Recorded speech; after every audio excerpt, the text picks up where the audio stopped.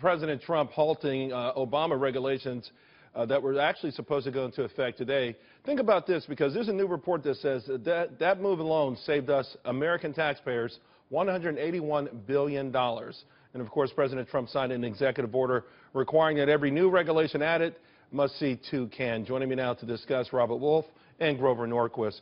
Grover, I want to start with you. You're the tax guru that has really framed a lot of the parameters for the Republican Party over the last several years. Are you happy with what you've seen so far? And I want to know what you make of some of the anxiety out there that we haven't heard anything on tax reform, particularly after this weekend when Donald Trump spent time with top GOP leaders. Sure. Here's the good news. There's about to be $1 trillion tax cut with the abolition of Obamacare. Obamacare is 20 significant taxes with a stethoscope attached to it.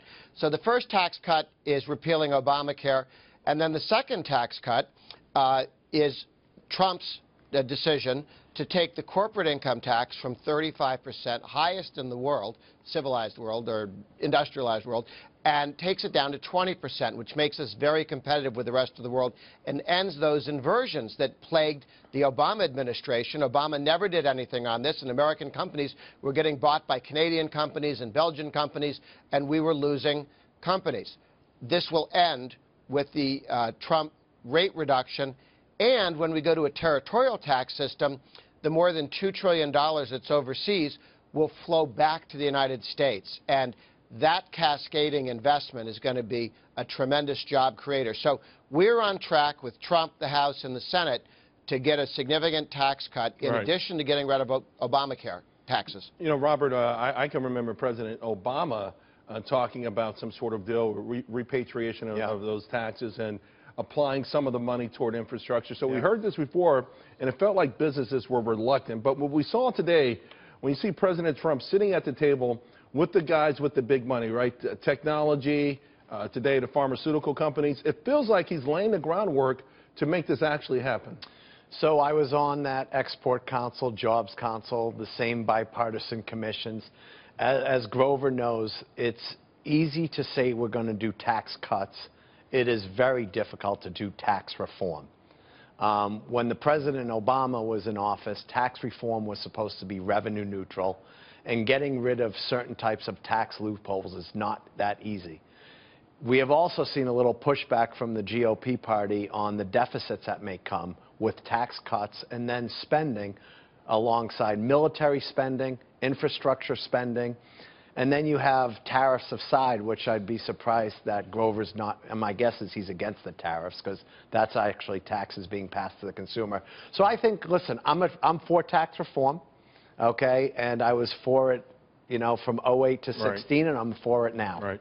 Grover, what do you make, though, of just sort of the notion that there's some Republicans out there who are concerned about the debt, and they may be stumbling blocks to getting even the simplest part of this package through, what you talked about? It would seem to me low-hanging fruit, lowering the tax rates both for corporations and individuals, but revenue neutral, infrastructure revenue neutral. I know there's a big public-private scheme being talked about, a percentage of that repatriated cash being talked about. But if we're going to have a sense of urgency, I'm not sure all of that stuff will be up to snuff if we're going to get it out the gate immediately.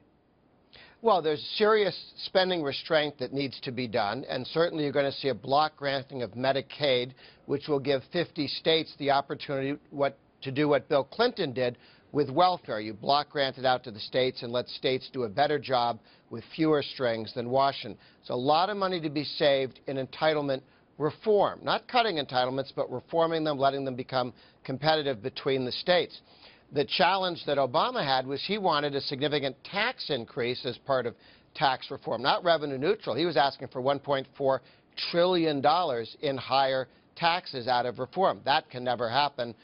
What the Republicans are doing is revenue neutral tax reform with dynamic scoring, which means it's actually a significant cut that gives you actual growth. I don't agree with Grover on a lot of this, but that's for a different debate. You know, Grover's putting corporate tax and personal tax together. To be clear, I think it's highly unlikely that President Trump gets a personal tax cut. I think he'll get a corporate tax cut. I don't think he'll get corporate tax reform. With respect to corporate tax reform, to be clear, President Obama wanted to go to 25% for manufacturing, 27% for non-manufacturing. I know Trump wants to go lower. What held that up? Because I remember a caveat being attached to revenue neutral, which the GOP held up. They wanted it revenue neutral. It's amazing to me that I am now to the right of the GOP on keeping things revenue neutral. They're willing to blow up the deficit, which is why I don't think at the end there'll be corporate tax reform as much as a corporate tax cut. Well, we can get those tax rates down. I think that will keep the market happy for now. Gentlemen, both, thank you very much. Appreciate it.